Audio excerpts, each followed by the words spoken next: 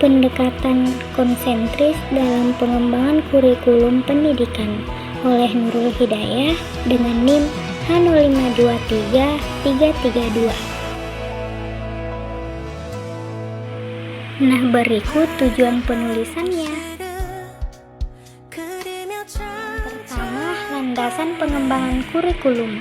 Kurikulum bagi suatu lembaga pendidikan tidak bisa statis karena prinsip pengembangan kurikulum harus neat and marketable atau menjadi kebutuhan sesuai dengan segmen pasar yang laku dalam dimensi waktu itu.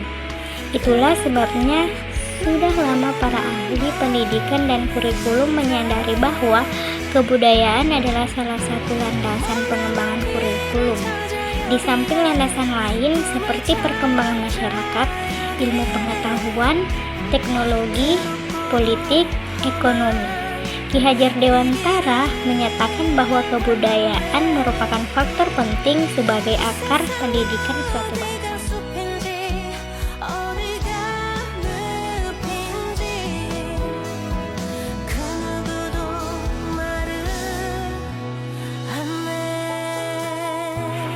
Yang kedua, pendekatan lintas budaya dalam kurikulum. Indonesia adalah negara yang kaya dengan budaya seperti dinyatakan dalam moto nasional Bhinneka Tunggal Ika. Kenyataan ini diakui pula oleh seorang ahli sejarah India berbangsa Amerika, Warburton, yang mengatakan bahwa masyarakat India adalah more pluralistic in every respect than any other on earth except perhaps Indonesia. Oleh karena itu, apabila kebudayaan adalah salah satu landasan kuat dalam pengembangan kurikulum, maka proses pengembangan kurikulum di Indonesia harus pula memperhatikan keragaman kebudayaan yang ada. Artinya, pendekatan multikultural dalam pengembangan kurikulum di Indonesia adalah suatu keharusan yang tak dapat diabaikan lagi.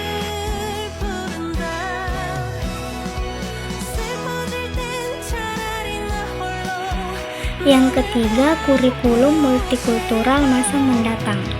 Proses pengembangan kurikulum haruslah meliputi 3 dimensi kurikulum, yaitu kurikulum sebagai ide, kurikulum sebagai dokumen, dan kurikulum sebagai proses. Ketiga dimensi kurikulum ini berkaitan satu dengan lainnya, dan kurikulum sebagai proses dilaksanakan dengan berbagai kebijakan kurikulum. Kebijakan-kebijakan tersebut merupakan operasionalisasi kurikulum sebagai ide.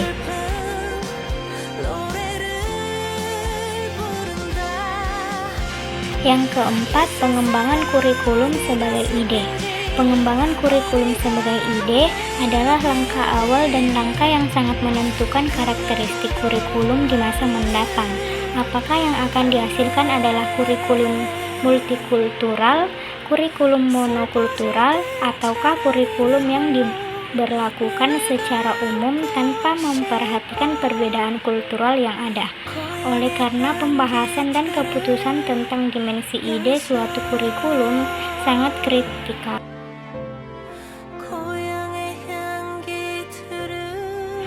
Yang kelima, pengembangan kurikulum sebagai dokumen. Pengembangan kurikulum sebagai dokumen menyangkut pengembangan berbagai komponen kurikulum seperti tujuan, konten, pengalaman belajar, dan evaluasi. Tujuannya adalah kualitas yang diharapkan dimiliki siswa yang belajar berdasarkan kurikulum tersebut. Pengembangan kurikulum multikultural harus terbuka pada berbagai pandangan dan pendekatan perumusan tujuan. Pengembangan kurikulum sebagai proses. Pengembangan kurikulum sebagai proses sangat ditentukan oleh guru, baik dalam konteks sentralisasi maupun dalam konteks otonomi. Peran guru tersebut tetap sama. Mereka adalah pengembang kurikulum pada tataran empirik yang langsung berkaitan dengan siswa. Oleh karena itu, jika kurikulum yang dikembangkan tidak sesuai dengan apa yang sudah ditentukan dalam kurikulum sebagai ide dan kurikulum sebagai dokumen, maka kurikulum sebagai proses bukan lagi kelanjutan dari keduanya.